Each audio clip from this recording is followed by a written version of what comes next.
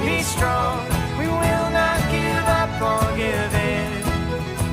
Hello there and welcome to The Bunker. I'm Lloyd Evans and today we'll be covering the December 2020 JW Broadcasting episode. That's right, this has taken me by surprise.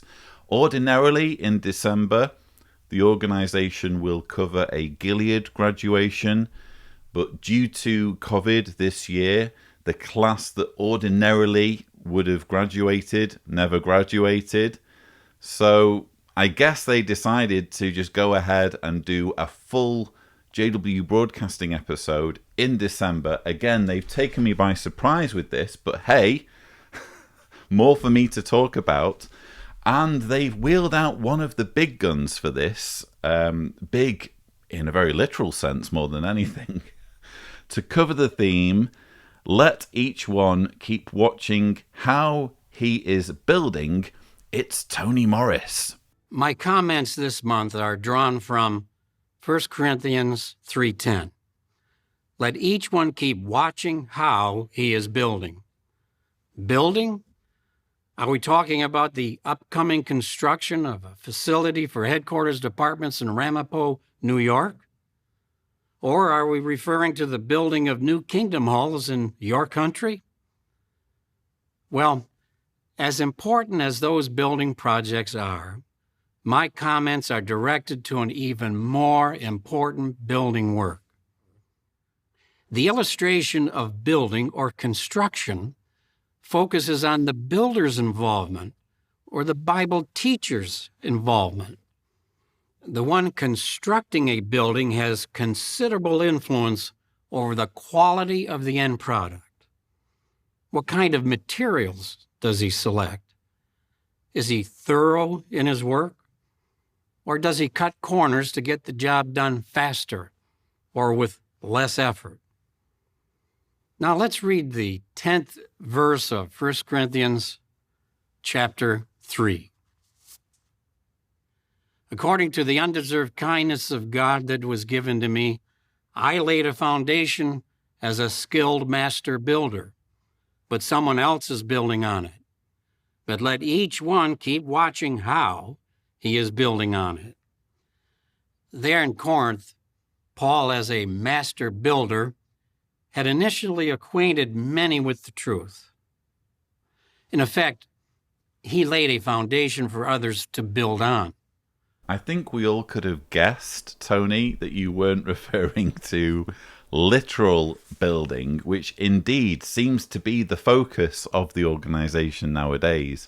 You can hardly get a JW Broadcasting episode where there isn't some mention of building work going on. This is an organisation that is increasingly fixated with expanding its property portfolio, thanks largely to a legion of volunteers who don't mind working hard on Watchtower's building projects in exchange for no pay, under the assumption that all of these buildings are totally necessary for spreading the kingdom good news and not so much about increasing Watchtower's assets. Anyway, Tony wants us to be absolutely clear that it's none of that literal building work we're going to be talking about here. Instead, it's building spiritually. It's, well, we might as well say it, indoctrinating people, indoctrinating Bible students, and also, as we're going to discuss later, indoctrinating children. Do we understand how important it is to analyze our teaching techniques? Will we use the best techniques possible to reach our student or our child's heart? Or do we just try to get by with the bare essentials? In effect, a half-hearted effort using hay or straw, as it were. Some years ago, in one developing country, during an economic boom, it became a priority to build more and more schools. Unfortunately, building requirements and materials were substandard. Well, what happened when a 7.9 magnitude earthquake hit one of the areas? Many schools in the earthquake zone crumbled, while buildings around them remained standing. An official report indicated that over 5,000 students died. Think about it. Prior to the earthquake, schools were in session and everything seemed fine. Students and faculty were coming and going on a daily basis. But the unforeseen earthquake proved that the building methods used were not of the quality needed to prevent collapse and terrible carnage. 1 Corinthians 3:13 makes clear that how we build spiritually when teaching Bible students or our children is just as important. Now, notice the sobering point made in verses 14 and 15. If anyone's work that he has built on it remains, he will receive a reward. If anyone's work is burned up, he will suffer loss, but he himself will be saved. Yet, if so, it will be as through fire. The point in verse 14 is that if we're conscientious and reach the heart of our Bible students, that may be what gives them the needed fortitude to withstand an unexpected trial. In that case, our diligent work remains. So what this is really about, again, is indoctrination and making sure indoctrination is done thoroughly in a way that will stand the test of time. And to drive home this point, Tony uses this bizarre analogy of the country where they built schools using substandard materials. He doesn't mention which country it is, but it seems like quite a plausible story and the sort of thing that would happen in developing countries. But I have two problems with this story. First of all, it just irks me to hear a governing body member feigning interest in young people, even though Tony and his colleagues are sitting on the details of thousands of individuals who perpetrate crimes against children, who have not been reported to the authorities and are therefore at large within the Jehovah's Witness community and able to just keep on notching up more and more victims. I know in this instance we're talking about literal loss of life, but again, it's hard to take this man seriously when he has such a cavalier attitude towards safety, or demonstrates such a cavalier attitude towards safety in the way he goes about his responsibilities as a religious leader. And by the way, I'm being a little bit careful with how I word things due to YouTube's algorithms and demonetization and all of that sort of thing. If you're a Jehovah's Witness watching this and you have no clue what I'm talking about when it comes to databases and records of perpetrators, please check out these videos that I've done in the past that describe this whole issue of child protection in more detail. The other glaring issue I have with this analogy is Tony Morris feigning concern, feigning outrage over the loss of life of thousands of children in this country due to buildings collapsing, when he believes, in his muddled mind, that he will be the one doing the collapsing very soon. He believes that he will play a part as one of the anointed who supposedly get resurrected just before Armageddon. He's going to be the one, in his mind, very soon, who's going to be riding around on a heavenly horse, leveling buildings left, right, and centre, including school buildings, and he's going to be killing or participating in the killing of billions of men, women, and children for the crime of not recognizing his authority now.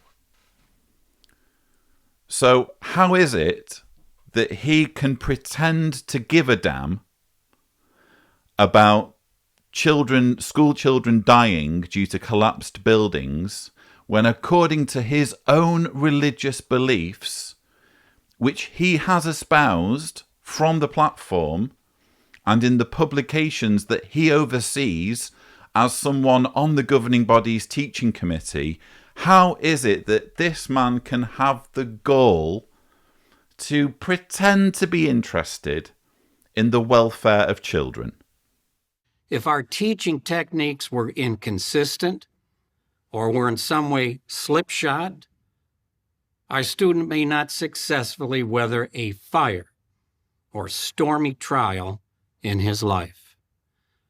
We personally may survive, but we might suffer the loss of the one we studied with, whether a Bible student or our own child.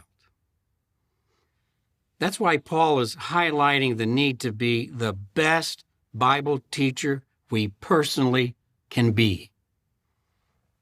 However, we should mention that if a person who progresses to dedication and baptism later leaves the truth, it's not necessarily the responsibility of the Bible teacher.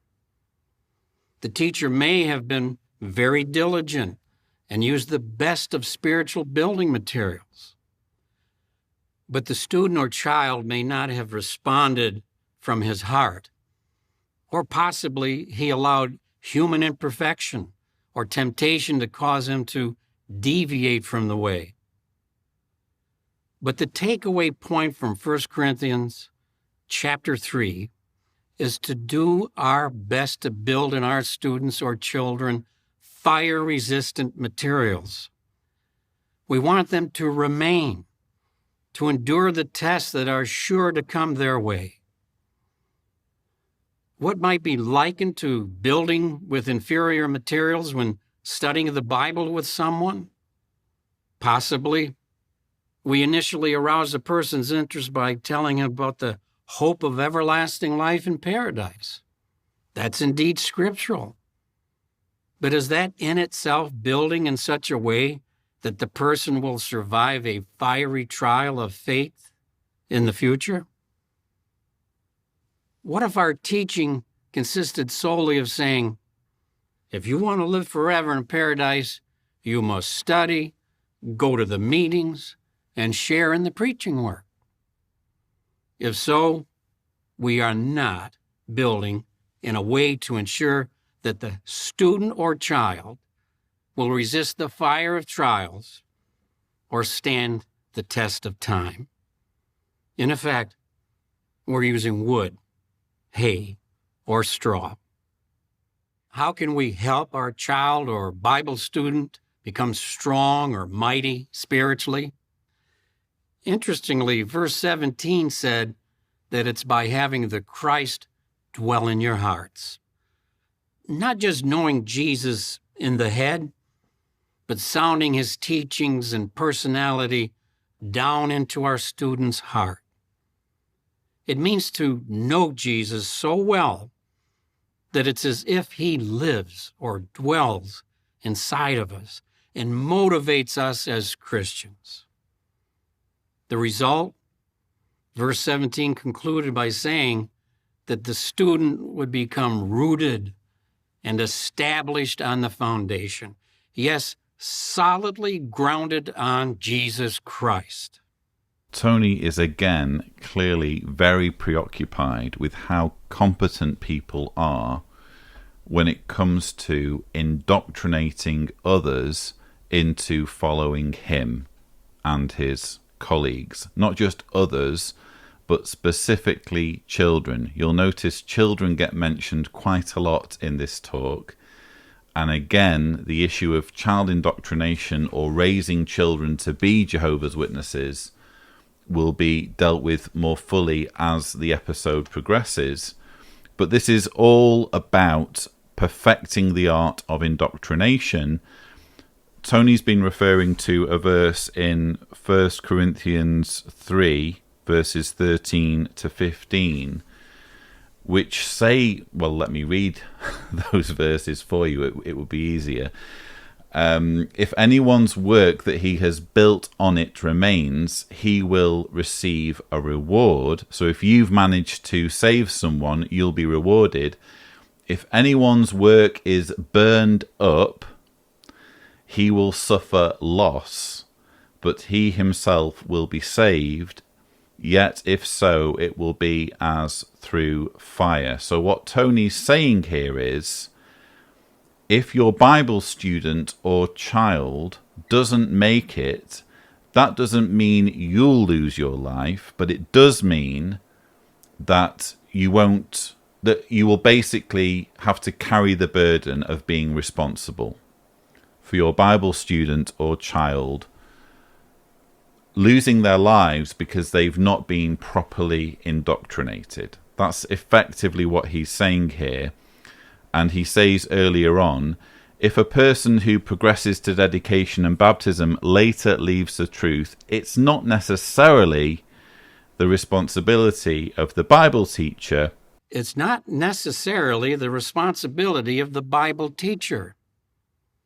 The teacher may have been very diligent and used the best of spiritual building materials. He's very vague here, and there's utility in being vague, because the more vague you are, the more latitude there is for people to think, yes, but what if that applies to me? What if my child was disfellowshipped or stopped believing and it was my fault? And indeed, when Tony is giving this part of the sermon, you'll notice it shows a dramatization which was actually shown in the May 2020 JW Broadcasting episode, which was hosted by Stephen Lett. We're going to refer again to that episode.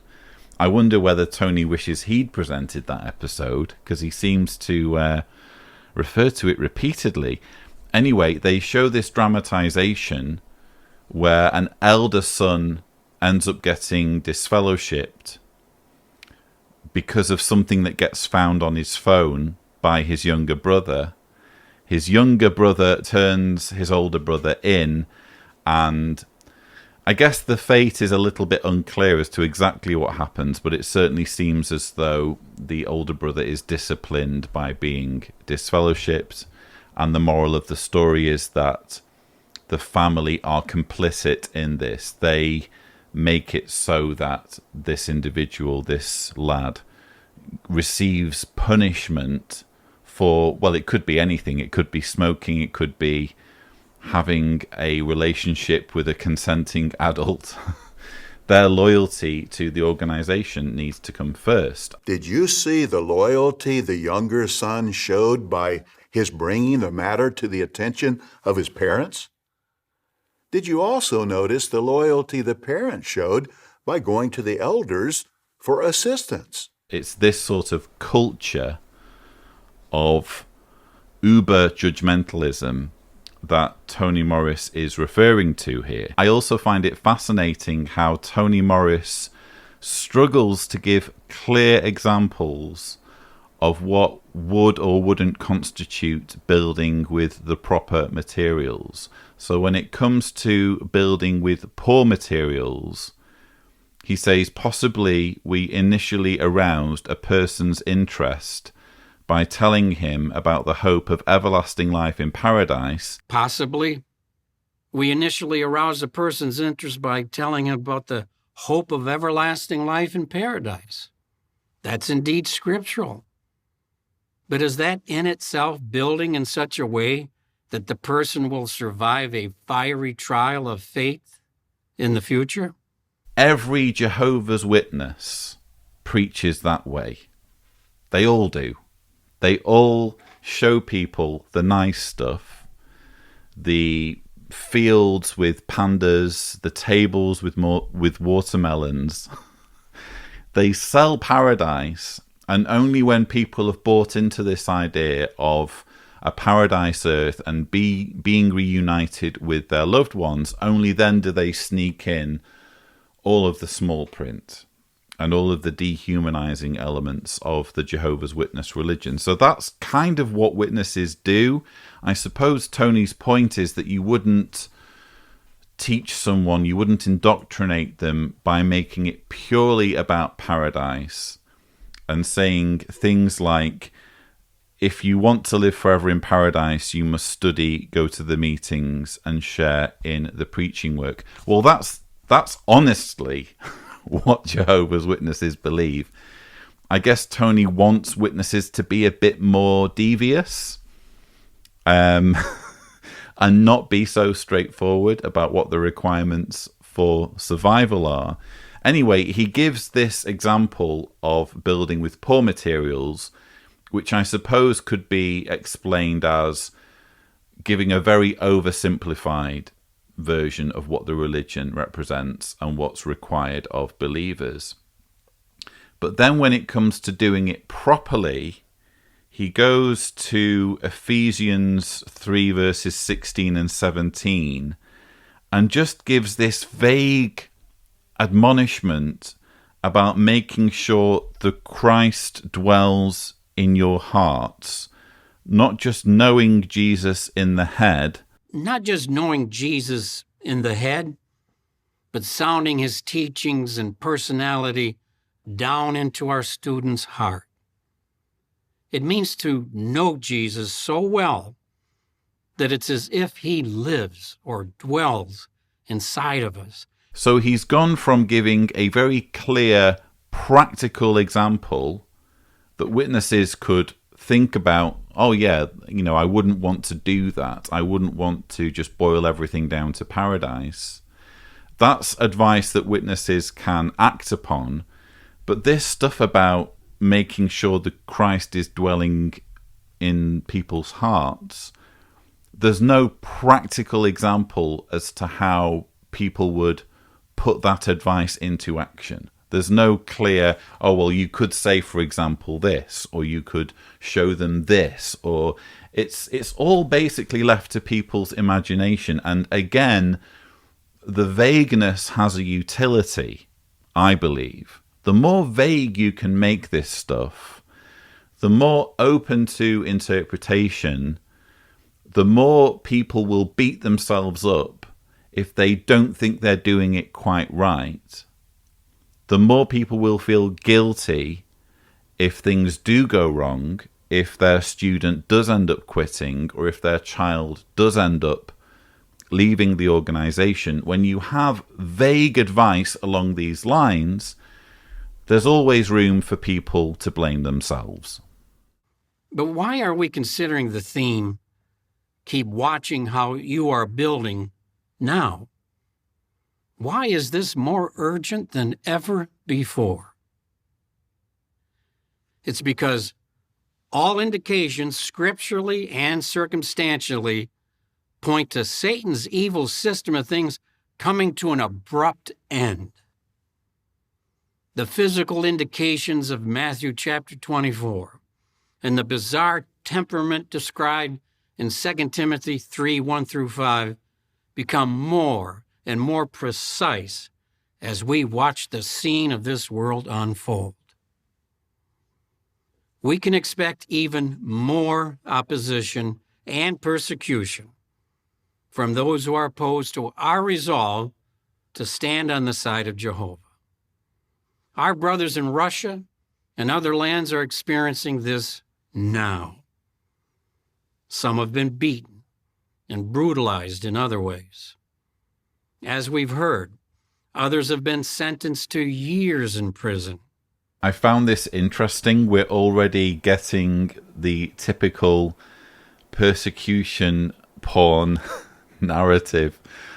I can't help but chuckle when I use that term, because I know how much the organization hates me using it. If you've been watching my hate speech series, you'll know that CCJW has misquoted me whenever I've spoken about Jehovah's Witnesses being persecuted, and they seem to, in particular, take issue with me using that phrase, persecution porn. But isn't that what it is? It's deriving some sort of satisfaction almost from knowing you're on the right side, knowing this is God's organization, because how else can we explain the fact that either now or historically Jehovah's Witnesses have been oppressed or persecuted? And as a witness, you never stop and think, hang on, are we the only ones? Are we the only religious minority being persecuted? Or are there others? Are there others, in fact, who are being persecuted more severely than we're being persecuted? You don't think in those terms. You think only about your own religion. And we're going to come back to the whole thing about persecution later, because it makes an appearance in the music video for this month's broadcast. But I do want to also revisit Tony's words there about the time of the end. Wasn't it interesting how he sort of held off a little bit, I think, in the way he talked about the end of Satan's system of things? He said, all indications scripturally and circumstantially. All indications scripturally and circumstantially point to Satan's evil system of things coming to an abrupt end. The sentence would have made more sense if there had been some kind of time indication on the end. So, for example, coming to an abrupt end soon, or coming to an abrupt end within the next few years. Instead, the sentence comes to an abrupt end at abrupt end. So that what he's actually saying is the scriptures point to Satan's system of things one day ending.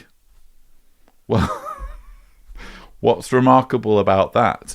Unless you're going to say that this has some relevance to today. I'm not saying he doesn't indicate that this has specific relevance for today, because you see that with the visuals. He goes on to say the physical indications of Matthew chapter 24 and the bizarre temperament described at 2 Timothy 3 verses 1 to 5 become more and more precise. The physical indications of Matthew chapter 24 and the bizarre temperament described in 2 Timothy 3, 1 through 5 become more and more precise as we watch the scene of this world unfold. But even that's a bit vague, I think. It's almost as though, gosh, could it be that even Tony Morris isn't fully convinced that this really is the end, or as Stephen Lett put it, the final part of the last days of the last days, or however it was he put it back in March of 2020. Could it be? I'm just kind of throwing this out there. I'm not fully convinced myself. But you would think that if he genuinely believes that Armageddon really is imminent, he would have taken the opportunity to say that here. Instead, it's almost as though he's keeping things purposefully vague, knowing, or at least allowing for the fact that in the future this could age very poorly if Armageddon doesn't in fact come within a reasonable period of time from these words being spoken. In recent years, the organization has reminded us of what we can expect as the Great Tribulation begins.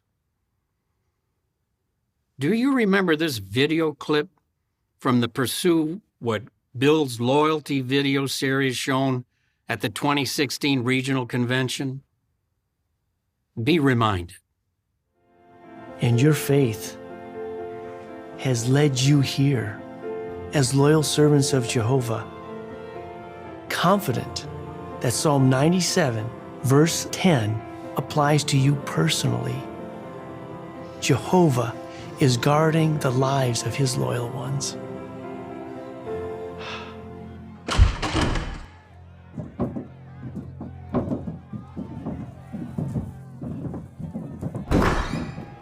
Where are they? check the basement.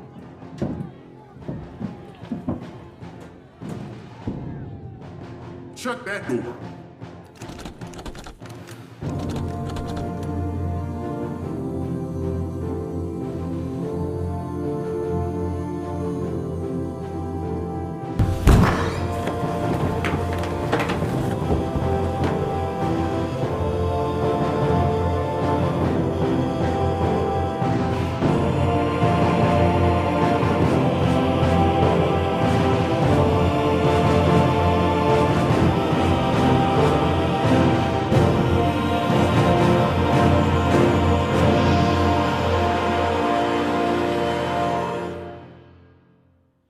That video series has been affectionately called the basement video.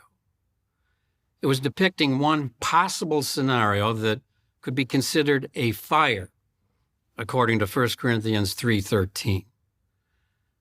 The serious question we want to ask ourselves is, would my Bible student or child be in the basement with those other faithful brothers and sisters?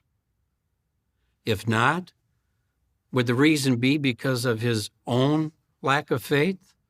Or might it, at least in part, be because we did not take our responsibility as a teacher seriously enough? Did we build with fire-resistant materials, or in effect, with hay or straw? The same verse said, "For the day will show it up. The fire itself will prove what sort of work each one has built." It's a sobering thought, isn't it? Yes, Tony, it's very sobering. And I guess you would know, out of arguably all of the governing body members, all about being sobered or sobered up to give this sort of material. But yes, the bunker videos revisited, albeit rebranded, the basement videos there by Tony. How dare he? These are our videos now. These videos, as far as I'm concerned, are the moral property of ex-Jehovah's Witnesses. I'm sorry, that's a bunker. When they're all kind of cowered there with total anarchy outside, basically as society breaks down, and waiting for the authorities to come for them. It's not just a basement, is it? It's really a bunker that's being depicted here. Anyway, isn't it interesting that Tony apparently really likes this video, or he likes it enough to want to remind Jehovah's Witnesses of how apparently brilliant it is? Be reminded. This video, which was released at the 2016 Remain Loyal to Jehovah Convention, has a very clear purpose, a very clear message. It's intended to frighten people. It just is. It's intended to tell witnesses the world of Satan is against us, and very soon it's going to turn on us, and people in riot gear are going to come to our homes and try to arrest us, or perhaps even be violent towards us. We don't know. But you can't sit safely. You can't feel secure in this system of things, because sooner or later, everything's just going to go crazy and the authorities are coming for us. This is propaganda. It was one of the worst features of the 2016 Remain Loyal to Jehovah Convention, which I branded at the time the worst convention ever. And as far as I'm concerned, there hasn't been a worse convention since then, since 2016. And there's been some bad ones, but none of them topped the level of coercion and fear-mongering that we saw for this particular convention. And arguably the bunker video or videos encapsulated that, because they depicted a group of witnesses who, I guess, were the model witnesses making it through, or we assume making it through, Whereas because Kevin was on the outside, he didn't make it to the bunker.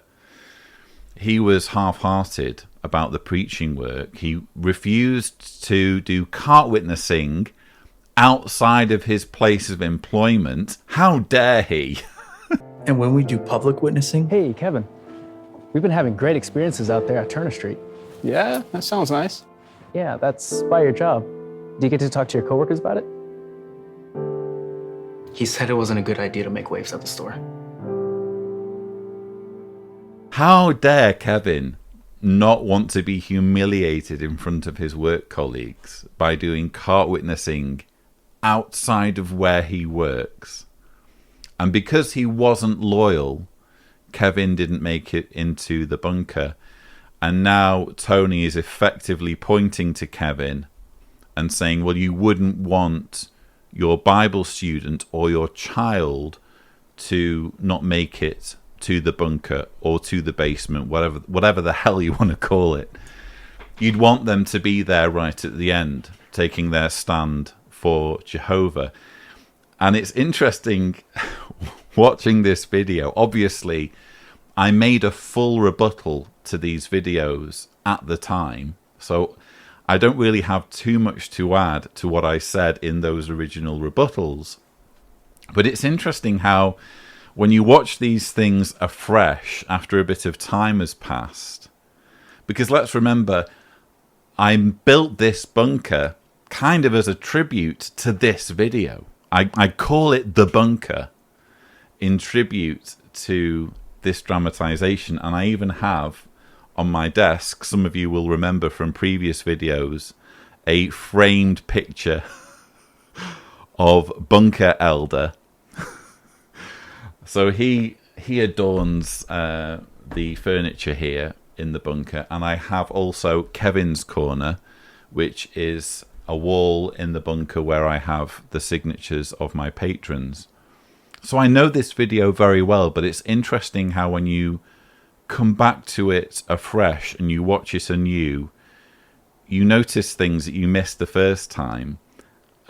And now I can't help but laugh, because they have this, if you watch the full dramatization, they have this elaborate door knocking system so that they can differentiate friend from foe.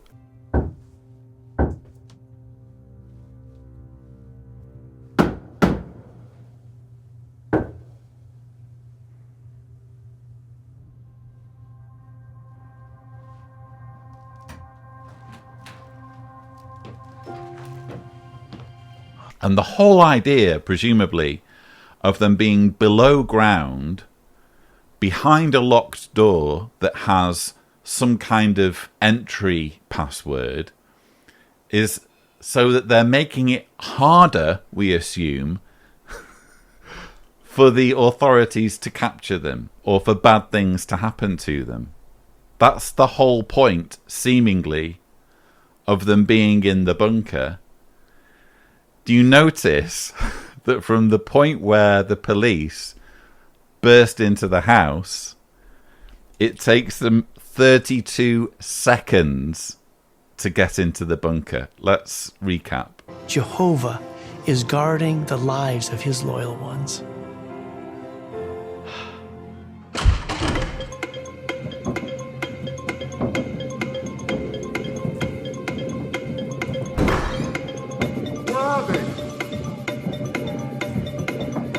Check the basement.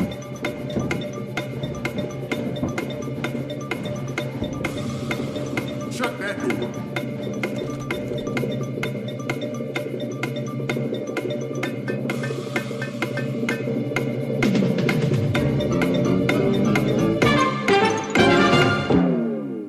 "32 seconds from the police breaking down the front door," which I assume is what we heard at the beginning, to making it down to the bunker. Why weren't they just in the living room?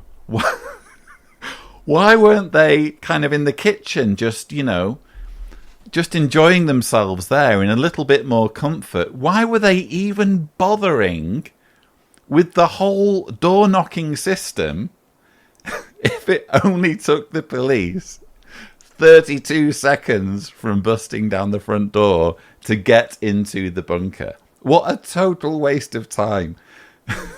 They may as well just have been on the front porch saying, "Here we are, come and take us." It's just another one of those areas in which it could only have been put together by deluded minds who are incapable of thinking these things through. Now, before we proceed with the next clip, I wanted to show you in the December 2020 JW Broadcasting episode, I wanted to go back in time to the May 2020 JW Broadcasting episode, which was hosted by Stephen Lett, because Stephen Lett in that episode had a few things to say in response to concerns from Jehovah's Witness parents. And in the latest episode, the December 2020 episode, Tony Morris is going to revisit those comments. Let's take a look at what Stephen Lett said back in the May 2020 episode. We might mention that we've had just a few parents write in expressing concern that some of our videos depict scenes that could have an effect on children who've been protected from anything even hinting at an act of violence. We very much appreciate the concern. However, when portraying a Bible account, we cannot ignore the message Jehovah saw fit to preserve in His Word.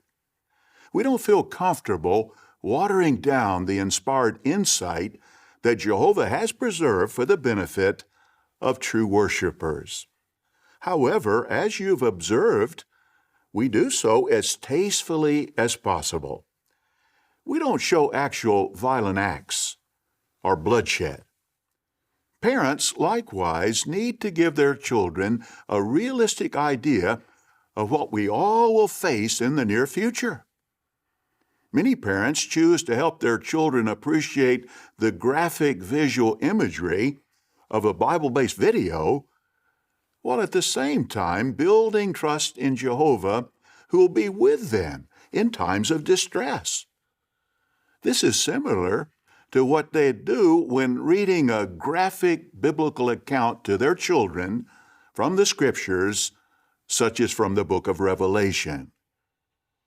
Be assured that we'll continue to be sensitive to the feelings of you parents when we produce a video that's based on a Bible account that includes descriptions of warfare or other incidents of violent actions. We'll do so with care, while not ignoring the powerful details depicted in the inspired Word of God. So this was really interesting. I commented on this at the time. If you want to see my full comments on what we've just heard, go to my May 2020 rebuttal. Time marker is here as well if you want to go straight to that part. It was fascinating to see the governing body seemingly on the defensive. The thought that Jehovah's Witness parents had been writing in or phoning through or emailing or however they were communicating their concerns, the fact that they felt courageous enough to do that to the faithful slave. In other words, going to their spiritual leaders who are apparently spokespersons for God and saying, we're not comfortable with this. It's just not right for you to be forcing our children to sit through these vivid depictions of slaughter and violence. Because let's remember, it's not optional if you're a Jehovah's Witness family with small kids as to whether they get to watch these videos or not. In a normal year where there isn't a pandemic and where witnesses will congregate together at these large auditoriums and where these videos get played in front of the audience, the whole family has to watch as part of the program, whatever it is that the teaching committee, in their wisdom, insists that they watch. And we're going to see examples of material in just one drama, the Hezekiah drama, that's completely inappropriate. It's not age appropriate.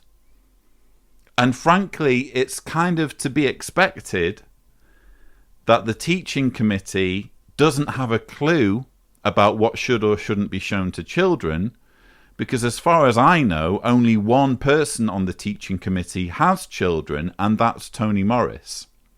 Stephen Lett, here lecturing parents about what is or isn't good for their children, doesn't have children himself. The same can be said, as far as I'm aware, of pretty much everyone else on the teaching committee apart from Tony Morris. So you have people who don't have children themselves telling parents who do have children what's good for their children, taking that decision away from them and saying, we know better. Actually, we would be watering down God's word if we didn't show the violence and if we didn't depict the savagery. Well, you're watering down God's word every single time you talk about the Bible if you don't mention, for example, the stuff about Lot's daughters getting impregnated by their father. If you don't depict in full HD what Lot's plan was for protecting the angels who visited him in Sodom and Gomorrah. The governing body are always watering down the Bible when it comes to those sorts of things.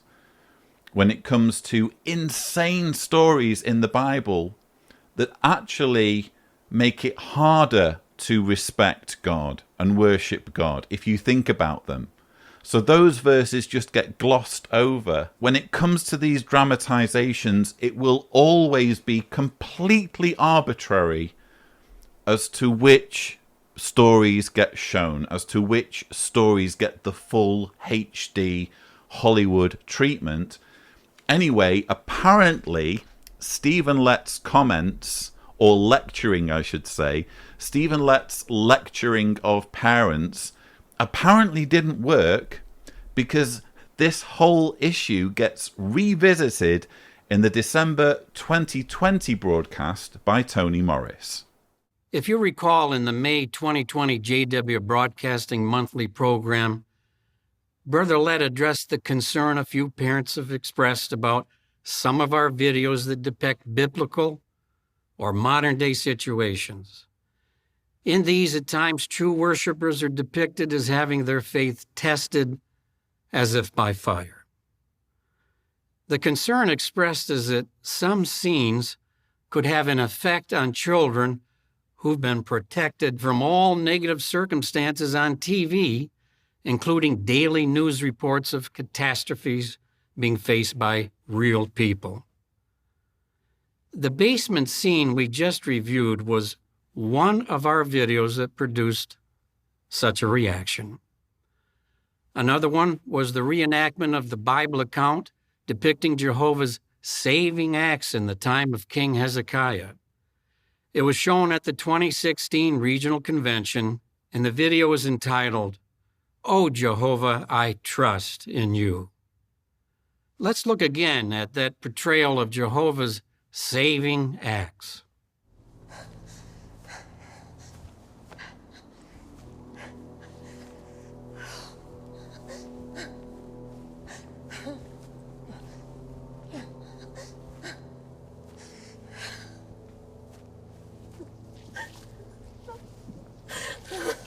My Lord.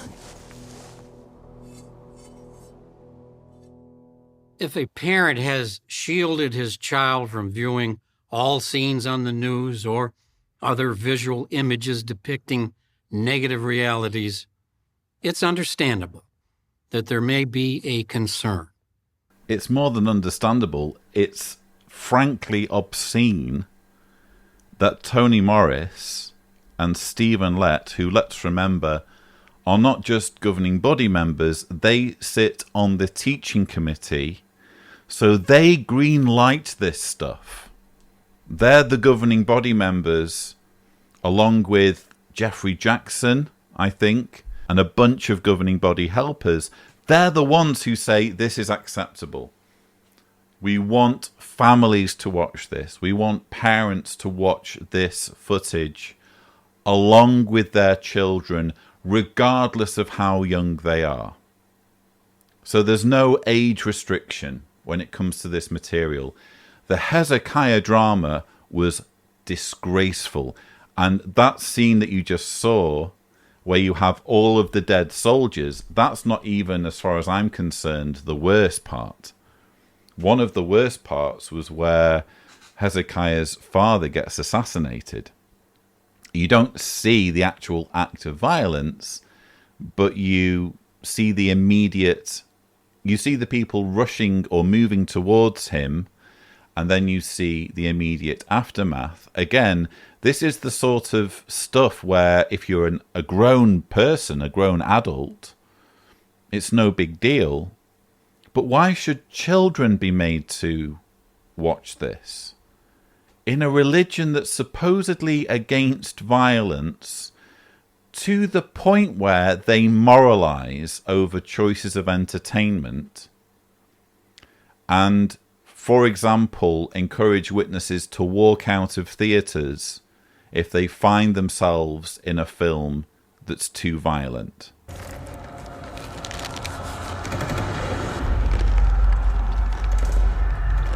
Hey, this looks kind of... Doesn't this bother you? Don't let it freak you out. Look, I just think maybe we need to leave. No way, I'm not losing my money. I really think we need to leave. Hey, what's going on? Dustin's all freaked out because of this scene. It's just a scene. Yeah, dude, just chill. Hey, we're trying to watch a movie. Let's cut the chit-chat. I'm sorry.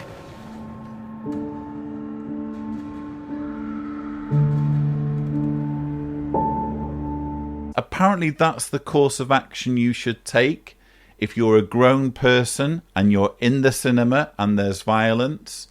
But it's perfectly acceptable for Tony Morris and Stephen Lett and the rest of the teaching committee or the rest of the governing body to force the children of Jehovah's Witnesses to watch material that is clearly not age appropriate. And what fascinates me is not just the fact that parents have been writing in and expressing their concern about this to their spiritual leaders, to the supposed spokespersons of God, the channel of divine wisdom, but the fact that Stephen Lett's earlier message in the May 2020 broadcast clearly had no effect, to the point where Tony Morris has to revisit this whole issue in the December 2020 broadcast. It's understandable that there may be a concern. However, as Brother Lett stated, parents need to give their children a realistic idea of what we will face in the near future.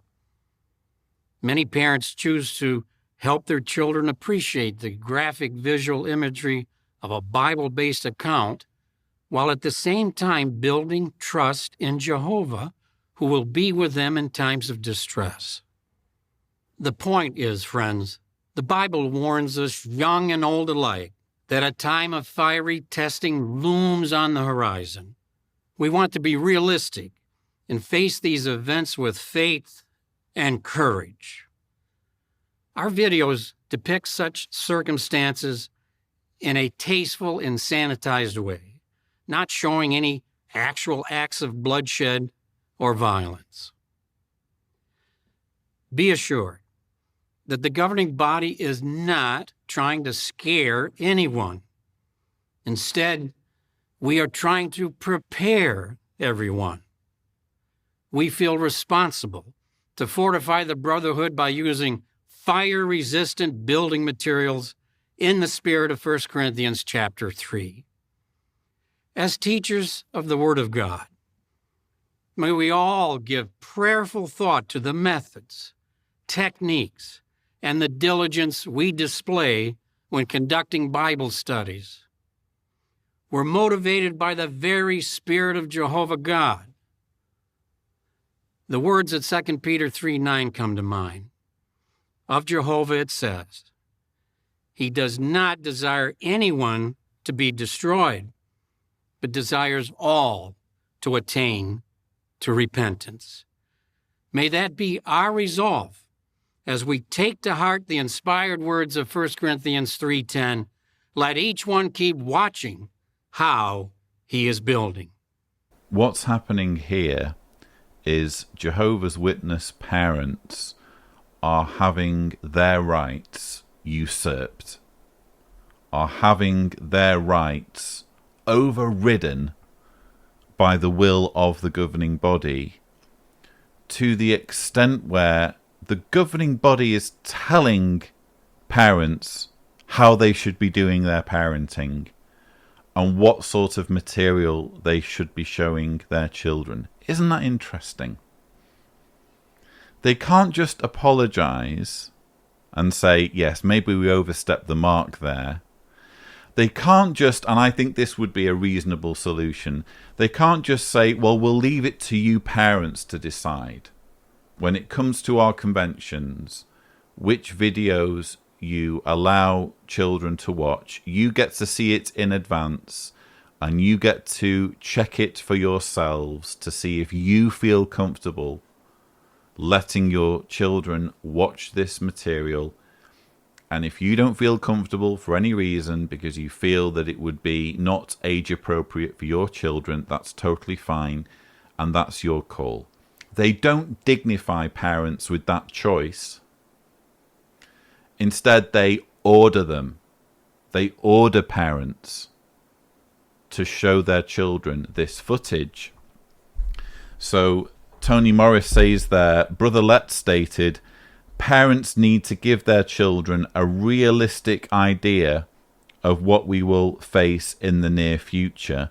Parents need to give their children a realistic idea of what we will face in the near future. Well, who gets to decide what's realistic? And who gets to decide what Jehovah's Witnesses will face either now or in the future? The governing body have all of the power here. They get to just arbitrarily decide what is or isn't realistic. And Tony Morris goes on to say, many parents choose to help their children appreciate the graphic visual imagery of a Bible-based account. Many parents choose to help their children appreciate the graphic visual imagery of a Bible-based account, while at the same time building trust in Jehovah. What a sneering, patronizing way of telling Jehovah's Witness parents, this is what we're commanding you to do. Instead of just being honest and saying, irrespective of what you would like, this is what we're asking, he does this, many parents decide to do this, which is just overt manipulation. He's saying, because many parents agree with us, you should agree too. This level of coercion and sneering condescension beggars belief. I just find it heartening, frankly, that Jehovah's Witness parents, despite believing that this is the truth, despite following this religion seriously, have had sufficient concern for their children to make a point of writing the society on this issue. I despair that they're getting such a cowardly response, which clearly didn't work the first time. This amounts to just doubling down. So Tony Morris is literally just repeating Stephen Lett's answer of, well, we know better. You're going to do this whether you like it or not. It didn't work the first time. Why does Tony Morris think it's going to work a second time? But anyway, I would love to hear from any Jehovah's Witness parents. And when I say Jehovah's Witness parents, it could be that they're no longer Jehovah's Witnesses, or they've since left the organization. Or maybe you're still believing and this is just a single issue that really concerns you, I'd love to hear from you. If you're interested in reaching out to me, you can use the contact@jwsurvey.org address. We're not interested in outing anyone or putting anyone in an awkward situation. If you want to stay inside the religion, we totally respect that. If you can prove in any way, or you can affirm that you're one of these parents that's written through to the organization, we'd love to hear from you, and that might be the subject of a future video. Learning more about the people behind these complaints and what motivated them to write to the organization, and how they feel about the clumsy bullying response that both Stephen Lett and Toni Morris have given in response to these legitimate concerns. Having children is one of the greatest joys in life, and one of the greatest responsibilities Jehovah entrusts to a husband and wife. In the following dramatization, notice how the arrival of a baby changes a marriage and how Jehovah helps first-time parents.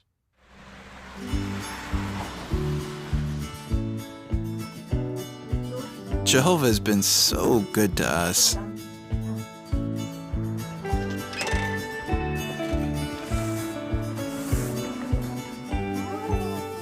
We enjoy a busy life full of blessings.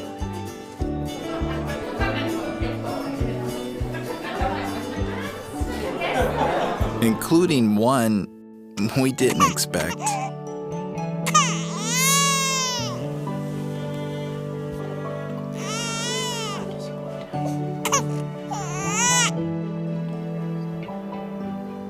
We love our little Emma so much.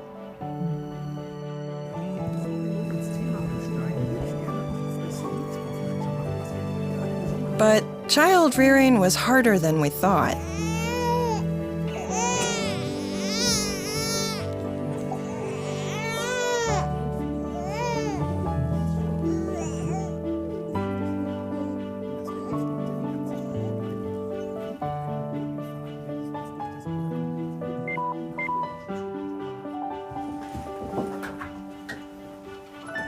Most days went well.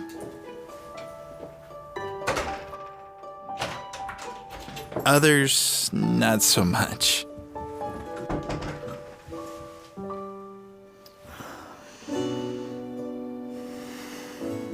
I just need some rest. When will things be back to normal? I wake with every little cry. I wake when she's silent. Am I doing this right? I have a lot to say on this, especially as someone who has raised not one but two small children. However, when watching this incredibly corny and cheesy dramatization, I couldn't help but wonder what Deanna would make of it, because Deanna doesn't necessarily watch the broadcasting episodes. She watches most of my rebuttals, but knowing that she hasn't seen this yet, I decided to combine my reaction with Deanna's and ask for her comments on what we've just seen. Deanna, I know how much you enjoy watching JW broadcasting episodes. Almost as much as I love being on camera. So probably you've seen this footage already. I don't know how I missed it. But I wanted to get your reaction to this material that's been put out for parents of babies. Am I doing this right? So that's more or less halfway through. That's pretty accurate, come on. Yeah.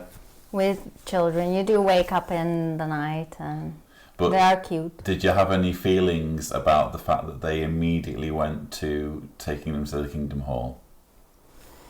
That's kind of that's kind of hinting at where this is going. Right. Well, you know, when I go back to my JW mode, that's completely normal to roll in the this is normal for Kingdom JWs. Hall as soon as your baby is out of hospital. I didn't really understand that part about the phone being out of battery. I don't understand that. That was a bit random. What's that have to do with anything? Okay, so far so good, JW Broadcasting. This is normal at least by JW standards. Any time to ourselves was time to do nothing. Fatigue was affecting our relationship with Jehovah. And each other. We were so relieved when David, a father himself, offered to visit with another elder. We read Isaiah 40:29. He gives power to the tired one and full might to those lacking strength. As a loving father, Jehovah wants parents to succeed. So he gives us what we need to recharge us. Things might never be like they were before, but his suggestions helped us create a practical and consistent spiritual routine. David said it's normal for new parents to feel anxious, and anxiety is tiring. So we pray for a calm heart. And extra kindness when tired, so we can keep working as a team. And I'm sacrificing some unnecessary things. It's always football. Always the football, yeah. To put spiritual things first. Gets bashed. There will always be a lot to do. But when Emma sleeps, I feed my faith. Aww. And rest. That's like you on a typical evening, isn't it? Resting there with your Bible. Hey, Daddy, look. If by Bible.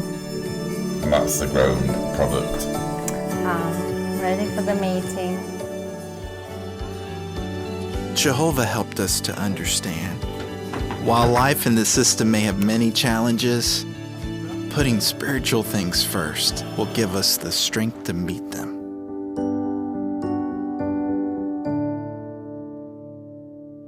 That new father wanted life to get back to normal, but all parents realize that having children creates a new normal. So, Deanna, thoughts? I thought it would be more shocking, to be honest, because this is just what witnesses do, and I've seen so many families do exactly the same thing, you know.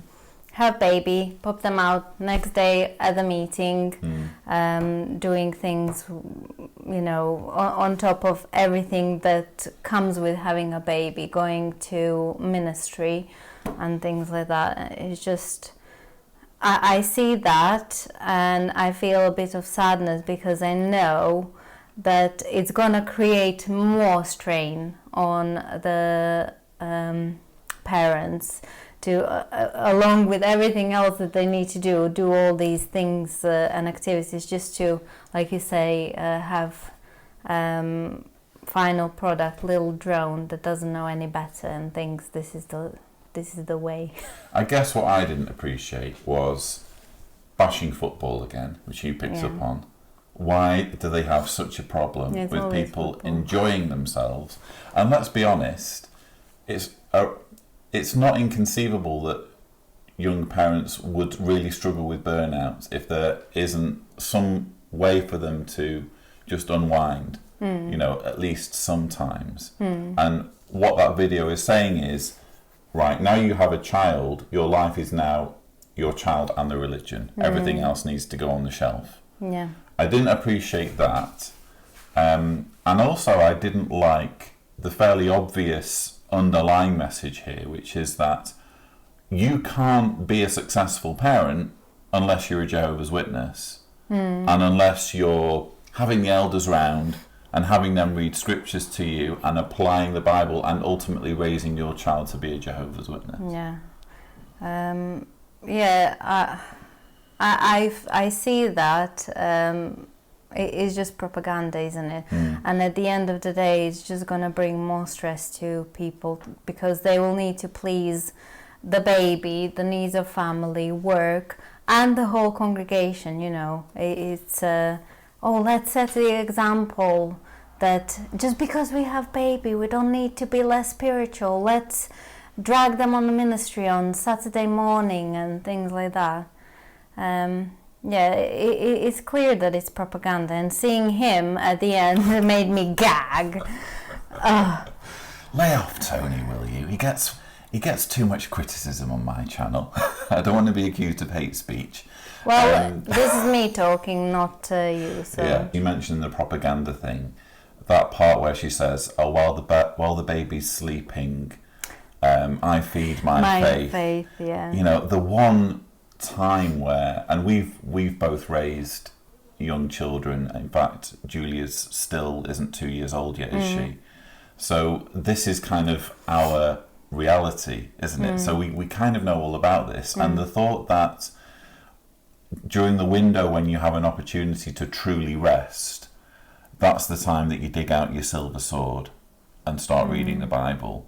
Again, it's sending the message that the only two things you're allowed to have in your life are the baby and the religion. Everything else, including arguably just relaxing. Maybe that's why the phone was out of battery, because it's like now you don't have time even for the phone. You have some people that, you know, reading is their way out of, feeling stress and what have you. And if this is your book, then go for it, girl, you know, whatever. But having had children now, two small ones, I don't have mental capacity to, read and completely immerse myself in it when I'm so tired. When I'm so tired, just give me some rest or something trivial to watch where I just veg out. And I don't know how beneficial it is to, being so exhausted, exhaust even more of yourself by trying to decipher some kind of really weird writing in the Bible. Because let's be honest, it's not the most riveting stuff, is it, in there? Basically, that's what happens when you try to read it. Immediately after she was napping, that's what happens. That's her way of falling asleep, just speeding things along. So, in a way, instead of saying, this is how I fall asleep, or this is how I feel my faith. Well, I appreciated your perspective on this, Diana. Again, I'm sure you've already watched this many, many times. Sorry, microphone. I have to watch it because my baby is still not sleeping at the night and I need to set the example. Spiritual food there for young parents, for better or worse. Viewers, I hope you have found the thoughts of my dear wife, Diana, interesting. Diana, thank you for sharing your opinions. You're welcome. You're allowed them now that you're no longer in the religion. Not that I want to share opinions on this. I'd rather share them on other things, but there you go. Well, thank you for what you have shared with us. Of course, children grow, and when they cross into their teenage years, suddenly everything seems to change. In the following video, notice how Rudy and Anita Garcia were determined to teach their daughters Jehovah's ways and the results they experienced. We already had our firstborn, Renita, and then I was told that we were going to have twins. Yeah, we were new in the truth and inexperienced. So I was saying to myself, how could I take care of my children? Not only physically, but more so spiritually. I would be able to teach them to love Jehovah, to worship Jehovah. Mom and Dad always worked part-time. Dad pioneered. So money was limited. Sometimes the car we had wasn't the most reliable, and it would break down right before the meeting. I remember when our car broke down. Initially, I thought, we're not going to go to the meeting. Mom and Dad would say, well, the car broke down. There's a meeting tonight, so let's walk. So there's the 5 of us, my dad in his suit. The 4 women would be with our dresses, our book bags. And so that taught me not to let obstacles, anxieties prevent me from going to my meetings. One of the blessings that Mom and Dad gave me was teaching me how to think and meditate on scriptures. They encouraged us to set full-time service or pioneering as a goal. We all worked part-time, me and my siblings, and I remember one close family friend said to me, you know, your parents are getting older, you know, you're their daughter, and you should probably work full-time. That way they have more of an easy life. After that sister's conversation, I almost gave up on pioneering, but I knew deep down that my parents would not be happy about that. They wanted us to spend our youth in serving Jehovah. My husband and I were invited to attend the 145th class of Gilead, and that was like a dream come true. I have to thank my parents for that because they always supported me through the years. I couldn't have done it without them. And for that, I'll be forever grateful. Children are born imitators, and they're going to imitate our example. I want to thank Jehovah for what our family is now. Raising 3 daughters took years of work and sacrifice. But Rudy and Nanita are joyful, knowing their daughters are happily serving Jehovah full-time. We started out at the beginning of this month's JW Broadcasting episode with the theme, Let Each One Keep Watching How He Is Building. Tony Morris then giving tips on how to achieve this building work, which, as I explained, is really just indoctrination. When we're talking about building belief or faith in people, we're really talking about indoctrinating them.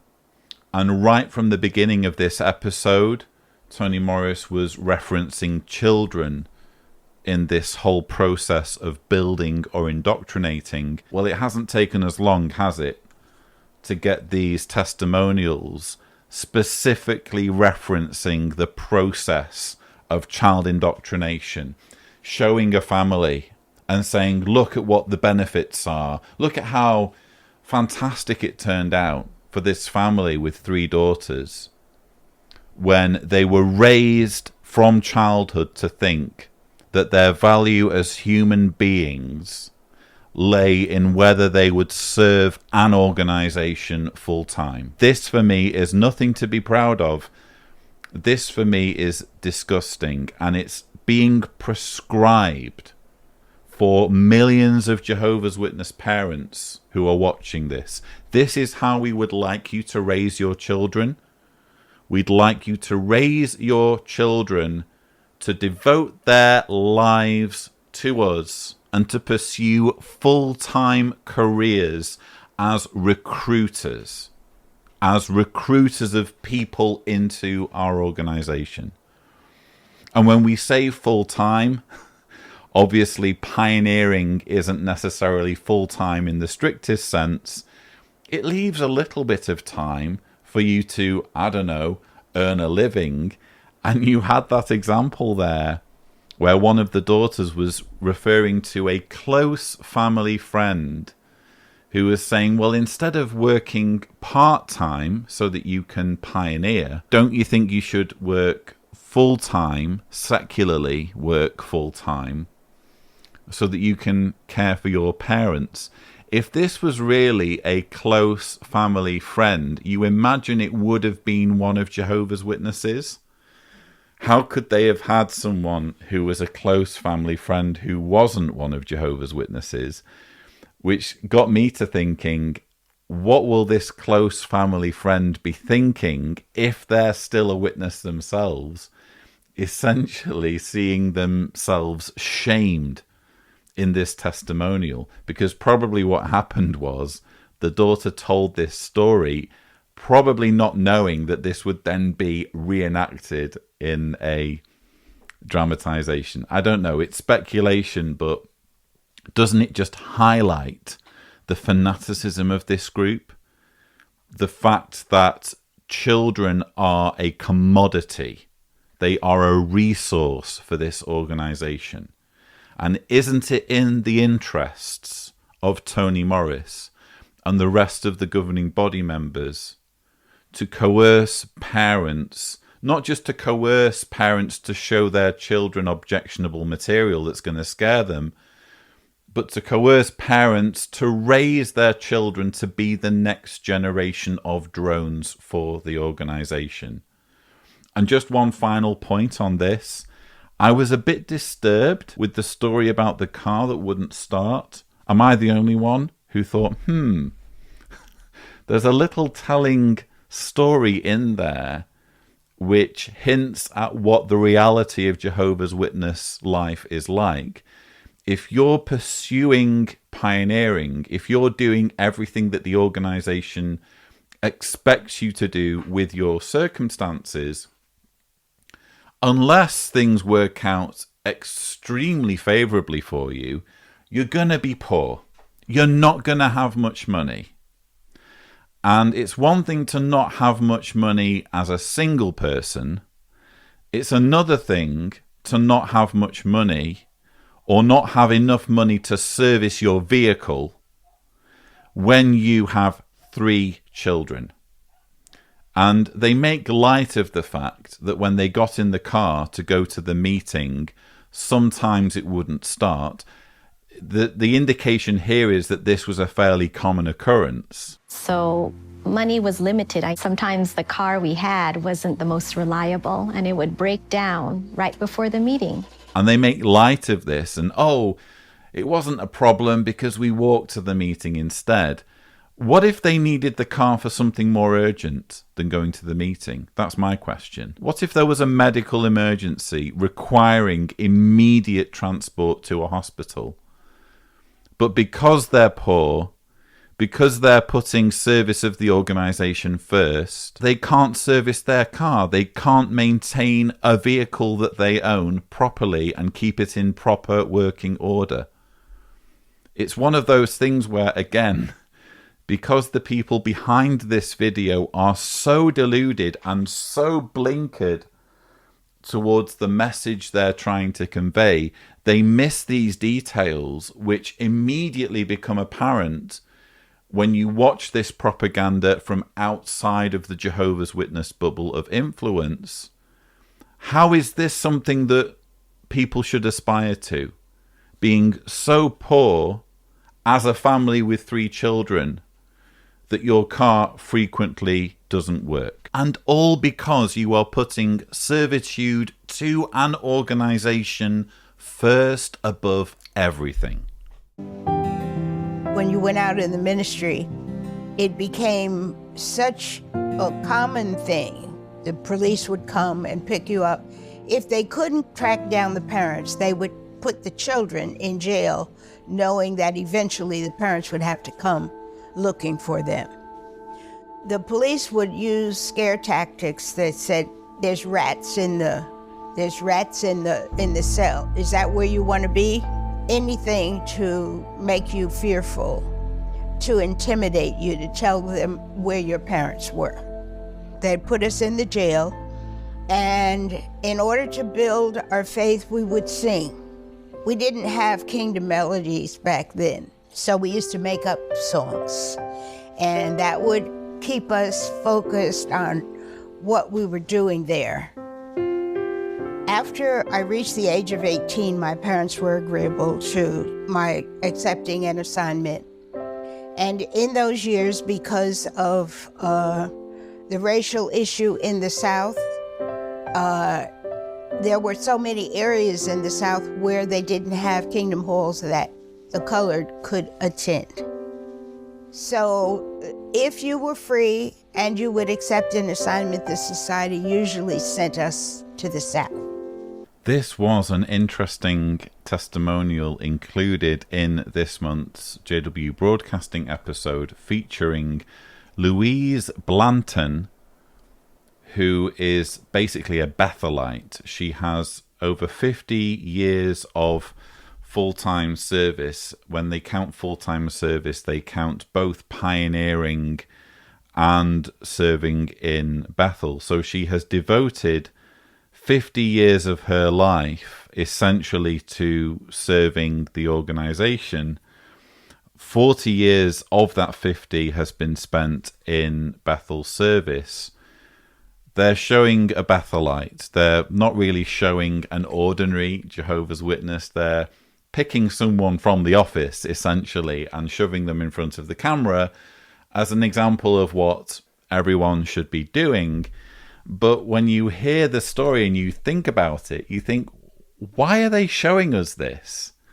Because what Louise Blanton is describing doesn't necessarily show the organization in a favorable light, especially when she refers towards the end there about segregation. She's quite open about the fact that there was a point in the organization's history where black people weren't allowed to go to certain congregations, or as she puts it, in those years, because of the racial issue in the South, there were so many areas in the South where they didn't have kingdom halls that the coloured could attend. There were so many areas in the South where they didn't have kingdom halls that the colored could attend.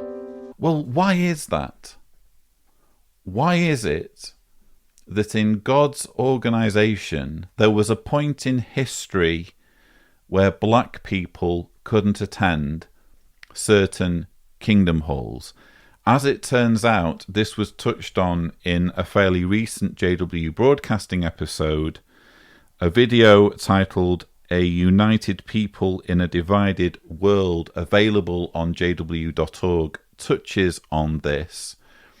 They basically admit in that video to the fact that it was once the organisation's policy to just go along with segregation in the South. If this is what the law dictates that we do, if the law dictates that black people and white people can't share a place of worship, we'll just go along with that. I mean, the organisation can be proud of that if they want, I guess.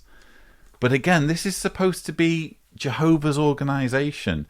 How is it that the organisation is willing to take a stand against the authorities in other areas including, by the way they handle child protection, but when it came to segregation, it was a case of, oh, well, if this is what's expected by the law, let's just go along with segregation, shall we? And in that video, I deal with this in a previous rebuttal. In that video, they even hint at the fact that they weren't even among the first to desegregate the kingdom halls. So they followed the lead, apparently, of colleges and other institutions in later making it so that black witnesses and white witnesses could worship freely. Just interesting how in an experience or a testimonial that's supposed to upbuild and supposed to show how amazing this organization is, you just can't help but ask questions. Really? Was that the best way of dealing with that particular issue at that time? If you're worshipping a God who is not partial, is it not best to find any other way around the situation that doesn't involve segregation? And also in Louise's story, is it just me, or does she seem to be painting a negative picture of the police? Which is itself, again, interesting when we're thinking about an organisation that doesn't have the best track record when it comes to involving the police in certain issues. Louise Blanton there saying the police would use scare tactics. They'd say, there are rats in the cell, is that where you want to be? Anything to make you fearful, to intimidate you, to tell them where your parents were. The police would use scare tactics that said, there's rats in the cell. Is that where you want to be? Anything to make you fearful, to intimidate you, to tell them where your parents were. Well, isn't that the key point, Louise? That you were without your parents and that you were a minor. And yes, this does seem a bit extreme, scaring you at that age.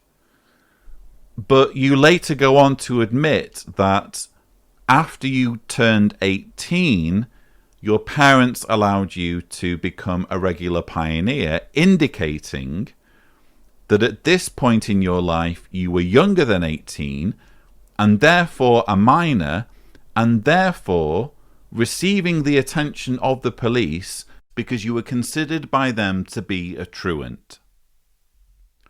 What exactly is wrong with the police being concerned about young people roaming around the community without their parents?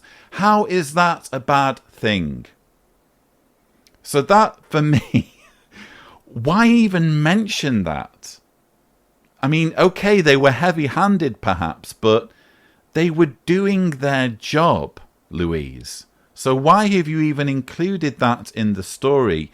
And you get the emotional music as well. This is something where the organization wants witnesses to be viewing this as a persecution story. They want witnesses to be thinking, oh, Louise stood up against vicious persecution from the police who were using scare tactics and trying to intimidate her just because she was trying to preach the good news. No, it's not as simple as that, because she was a minor. She freely admits elsewhere in the story. So it wasn't necessarily, at least according to what she said, it wasn't necessarily purely about her religion or purely about the preaching work. It was because of her age and the fact that they wanted her parents to be with her when she was going out into the neighborhood. So that was just an odd story. And again, the way it was handled by the producers of this, trying to hype it up as a persecution story. Is there no depth to which this organization won't stoop when it comes to trying to make Jehovah's Witnesses feel persecuted and oppressed? A teacher should always help his or her student to develop love for Jehovah. That's the best foundation to build on. For me, it's important that they see Jehovah as a real person. When I started studying, my parents told me that they didn't consider me their daughter anymore. During the study, my teacher helped me see from the Bible that Jehovah had a lot of really good things in store for me.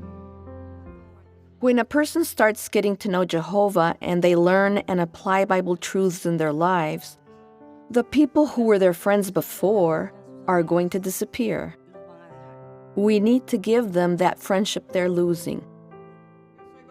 I got baptized 34 years ago and have been pioneering for 33 years. My Bible teacher was Shara. She was diagnosed with cancer. When I got sick, Jehovah used Mercedes to help me. After all this time, since I helped her learn the truth, now she comforts me. It's a father-son relationship. At some point, maybe this student will help me. And we can say that we're good-for-nothing slaves and we have done what we ought to have done. And they keep loving and serving Jehovah. What's better than that?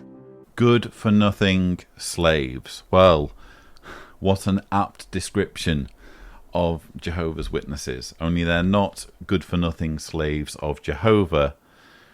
They're very much good-for-nothing slaves of the governing body who want them to hone their teaching skills and recruit more people into the organization. And what we're seeing here is a testimonial involving a lady called Mercedes and another lady or a couple, Shera and Cecilio.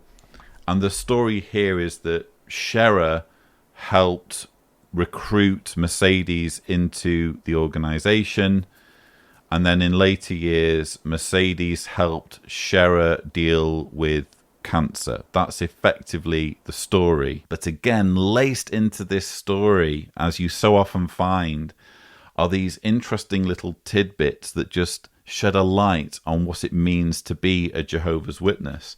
I found it interesting when it was said, for me, it's important that they see Jehovah as a real person. For me, it's important that they see Jehovah as a real person. You quite often hear this said, both on the platform and elsewhere. Oh, is Jehovah a real person to us? Well, either Jehovah is real or he isn't. You making him real should be irrelevant. I mean, when you think about it, it's so obvious. It's because none of it is real that they have to keep reminding themselves or keep persuading themselves that Jehovah is real, or that Jehovah expects them to jump through so many hoops in service of, it turns out, the organization. You then have this counter-shunning narrative that we're increasingly hearing. We actually heard Paul Gillies spin this story or present this argument as part of his testimony before ICSA. This whole idea of, oh, we're not the ones who shun, we're not the ones who break families apart, we're the ones who are being shunned. Because when someone becomes a Jehovah's Witness, they end up being shunned by their family and friends for pursuing their own religious beliefs. That's the narrative that Watchtower is apparently desperate to drive home, again as a means of trying to give some kind of pushback against what everyone now knows about the way shunning is used as a weapon and a means of control. So you hear Mercedes say, when I started studying, my parents told me that they didn't consider me their daughter anymore.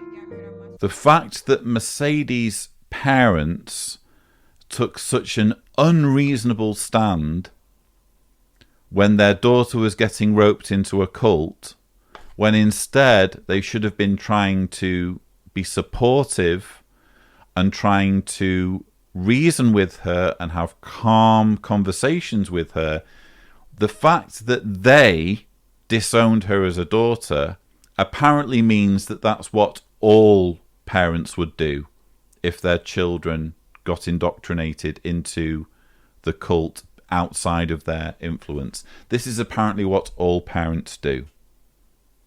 Well, this is nonsense, because even if it happens in isolated examples, which Watchtower will gleefully blow out of all proportion, this is what the parents are deciding to do of their own volition, whereas Jehovah's Witness parents are ordered to shun their disfellowshipped children. They don't have any choice in the matter, do they? So it's not a like-for-like comparison. Then later on, Scherer repeats this same narrative. When a person starts getting to know Jehovah and they learn and apply Bible truths in their lives. When a person starts getting to know Jehovah and they learn and apply Bible truths in their lives, the people who were their friends before are going to disappear.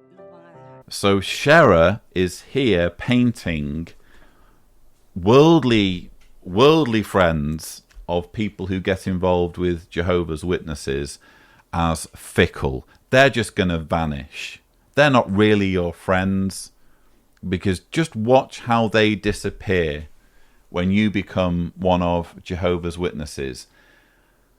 Incredibly disingenuous when you remember that only as recently as the Always Rejoice 2020 convention, Jehovah's Witnesses were being told that it was advisable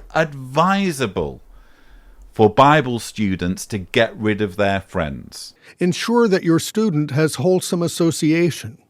As time goes by, your student is sure to lose former associates, either because the student decides or the former associates decide. The fact is that our friends affect us in either a good way or a bad way, don't they? Kindly help your students to see that we must also avoid association with those who may appear to be morally clean, but who lack faith in the true God, Jehovah. So on the one hand, they're trying to pin the blame on worldly people and make it sound like everyone's out to get Jehovah's Witnesses, and worldly people are going to turn on you and be cruel to you and inhumane to you if you decide to join the religion. But it turns out that this is actually exactly what the organization wants, and indeed advises for Jehovah's Witnesses. They don't want Jehovah's Witnesses hanging around with worldly people. They don't want these people to be in the lives of their followers. They're literally pointing to a desired outcome as proof of oppression and intolerance. In reality, though I'm sure there are one or two who would distance themselves if they see their friend becoming preoccupied by a cult, it's not necessarily going to be true of everyone.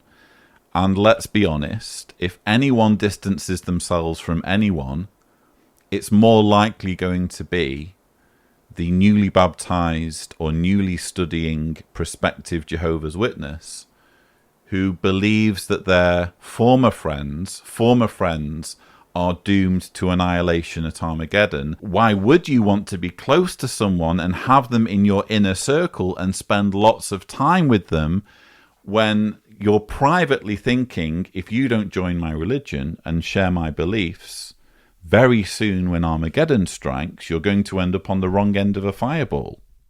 Usually, the language that we learn from infancy becomes the language of the heart. And we learn it at home. In most cases, the dominant influence in our life in connection with our language of heart, or the first language, is our mother. And that's precisely what took place in Israel in the days of Nehemiah. But the mothers in this case were pagans, sharing their language and probably their beliefs with their children. And a lot of Jewish men, prominent Jewish men, had married pagan women. Let's read the scripture together at Nehemiah chapter 13, verses 23 and 24. Nehemiah 13, 23 and 24. It says, "In those days I also saw Jews who had married Ashdodite, Ammonite, and Moabite women. Half of their sons were speaking Ashdodite and the language of the different peoples, but none of them knew how to speak the language of the Jews." And as was stated, it's very likely that those mothers would be teaching the children about their land, their culture, and their worship, the pagan gods they worshipped. And so the decision was made by the Jews themselves when they were counseled and given direction from Ezra and from Nehemiah to send those wives away along with the children. And that's an interesting thing. It must have been a bit difficult for some husbands to see their children sent away, but all they knew were the languages of the pagan wives, nothing about Hebrew and the worship of Jehovah God. And the problem was they were sent away to keep the Jews from losing their identity by a gradual assimilation into the cultures and the religions of the surrounding nations that those wives belonged to. In Nehemiah's day, speaking Hebrew was vital. And we're grateful it's not necessary today. We all don't have to learn Hebrew. But in his wisdom, Jehovah invites people who speak any language to learn the pure language, the truth about him and his purposes. Wasn't this interesting in the context of Shunning, in the context of an organization that literally in the last few days, as I'm making this rebuttal, has put out material for its midweek meetings reminding parents of the need to shun disfellowshipped children, of the need to act as though they're dead, of the need to disown them and go against all of their parental instincts. Doesn't this make perfect sense, William Malenfant's words here about Nehemiah and the rules regarding speaking Hebrew and not marrying foreign wives, doesn't it make perfect sense? What we're having here is Jehovah's Witnesses conditioned to think of family as expendable, to think of children, to think of even spouses here as being expendable when it comes to serving Jehovah. This is precisely the sort of dehumanizing material we can expect here. And I actually commented on this aspect of the Nehemiah story during my rebuttal to the Always Rejoice convention, because obviously they featured the story of Nehemiah in the drama.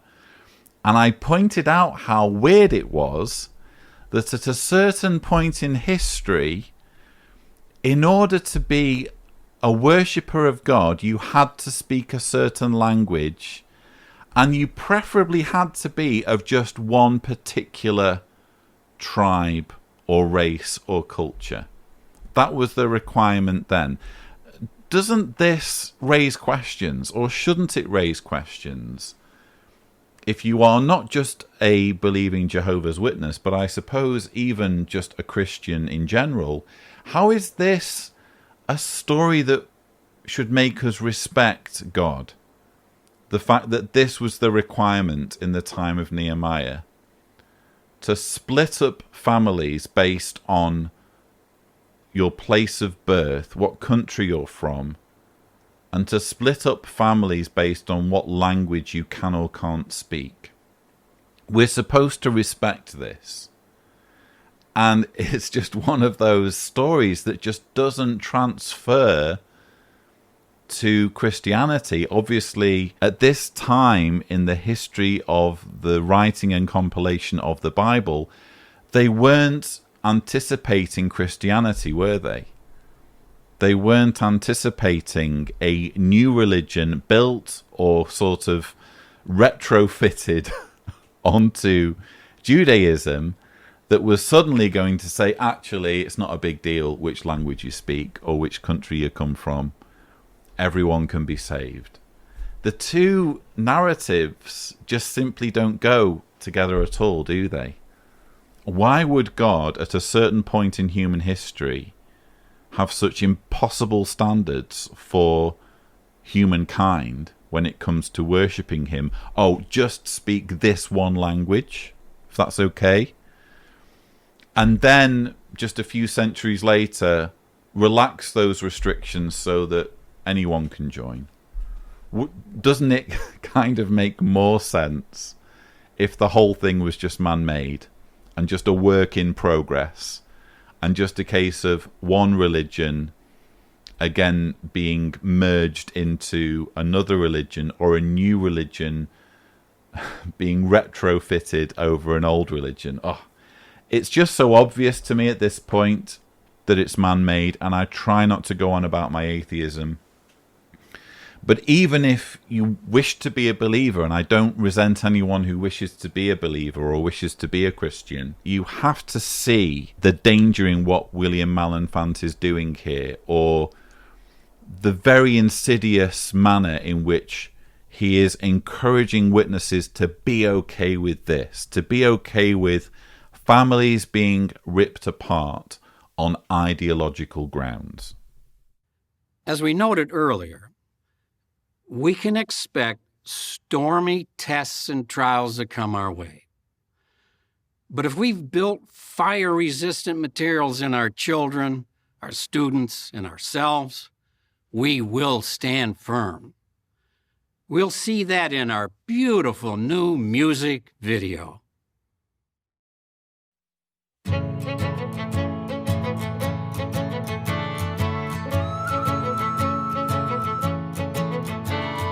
First time I heard the word of truth about Jehovah in a world that is new, love grew in my heart right up to this day. But I know this world wants to pull me away. Oh, sight. Oh, I wanna do what is right. I'll keep building my faith so I can be strong. I will not give up or give in. Let's keep building our faith so we can be strong. We will not give up or give in. His word as our guide will follow each day. We'll pray to stand firm on the ground. Let's keep building our faith. We won't stop now. We won't stop now. We won't stop now.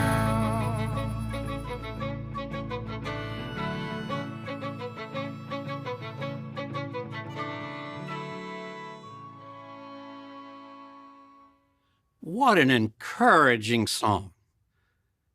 And to further help you stand firm against trials, a new video will be released later this month entitled Firm Under Opposition. This 10-minute video consists of segments from 2 previous documentaries that touched the hearts of many. Jehovah's Witnesses stand firm against Nazi assault and faithful under trials. Jehovah's Witnesses in the Soviet Union. So please look for this video that combines the highlights of the 2 previous programs. It will strengthen and help you remain faithful to Jehovah.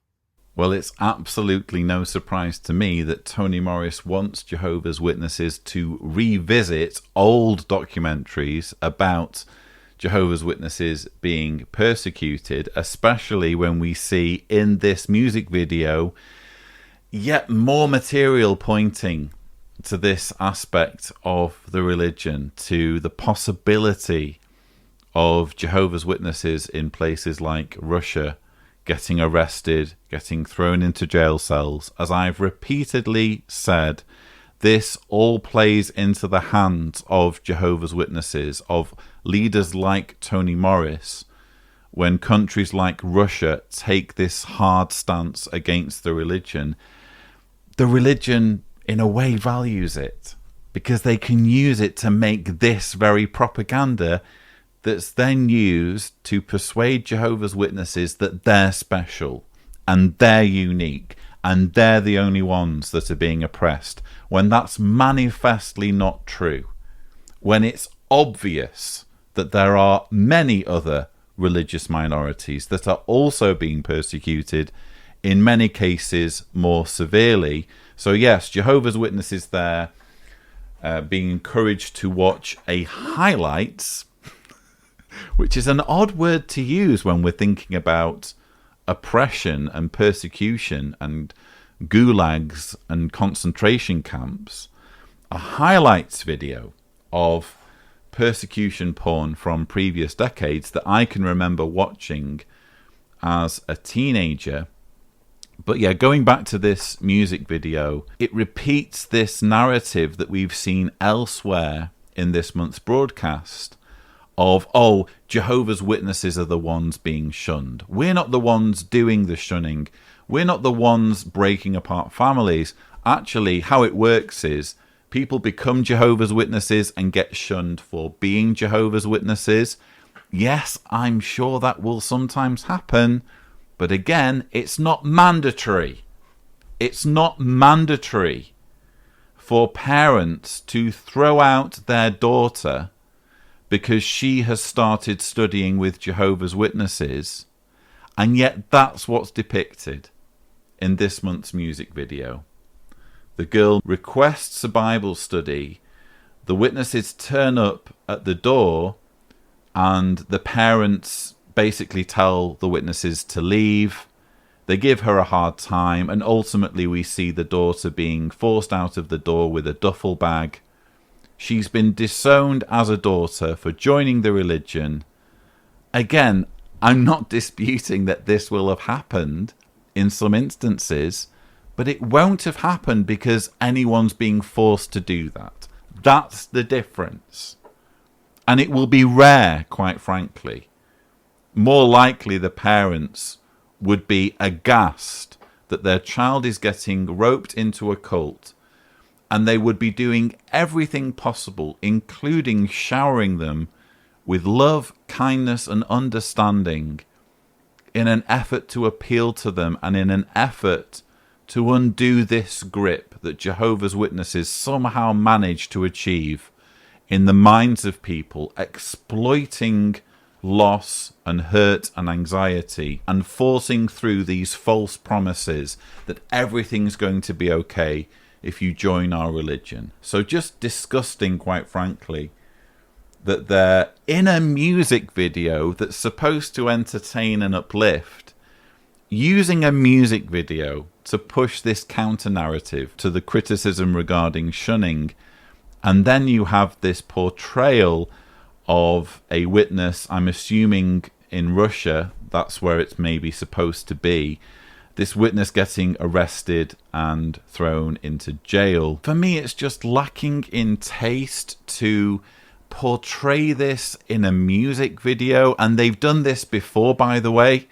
Fairly recently, they also had a music video showing someone being attacked or sentenced because he's a Jehovah's Witness. Weird, isn't it? To ask a Bethelite or whoever it is, oh, can you just pretend to be arrested? Could you pretend to be persecuted for us? We'd really like to show that in a music video. So if you wouldn't mind just pretending to be roughed around by the police and pretending to be in jail, because this is going to be happening somewhere to someone, and we want to portray this in a music video. Lacking in taste, isn't it? Somewhat. But hey, what do I know? Because we've learned in this same broadcasting episode that apparently we don't know anything, and the governing body knows what's best for everyone, including parents and including children. Who are we to question them when it comes to what is or isn't tasteful, or when it comes to what is apparently cheap exploitation of stories of persecution for the purpose of keeping witnesses indoctrinated? Anyway, that's all I have to say about this month's JW Broadcasting episode. As usual, it's just been a marathon of manipulation and coercion, mostly aimed, it seems, at making sure children in particular get indoctrinated by their parents as young as possible, so that people like Tony Morris can exploit decades of their loyal service to the organisation. Frustrating though it is, I hope you found my thoughts interesting. Look out in the coming days and weeks for my worst of 2020 video. Will I be featuring anything from this rebuttal? Who knows? But I do intend to do a worst of 2020 when it comes to Watchtower video propaganda. Look out for that in the days and weeks ahead. But that's everything I have for you. Don't forget to subscribe to the Lloyd Evans channel for future videos. And as always, thank you for watching.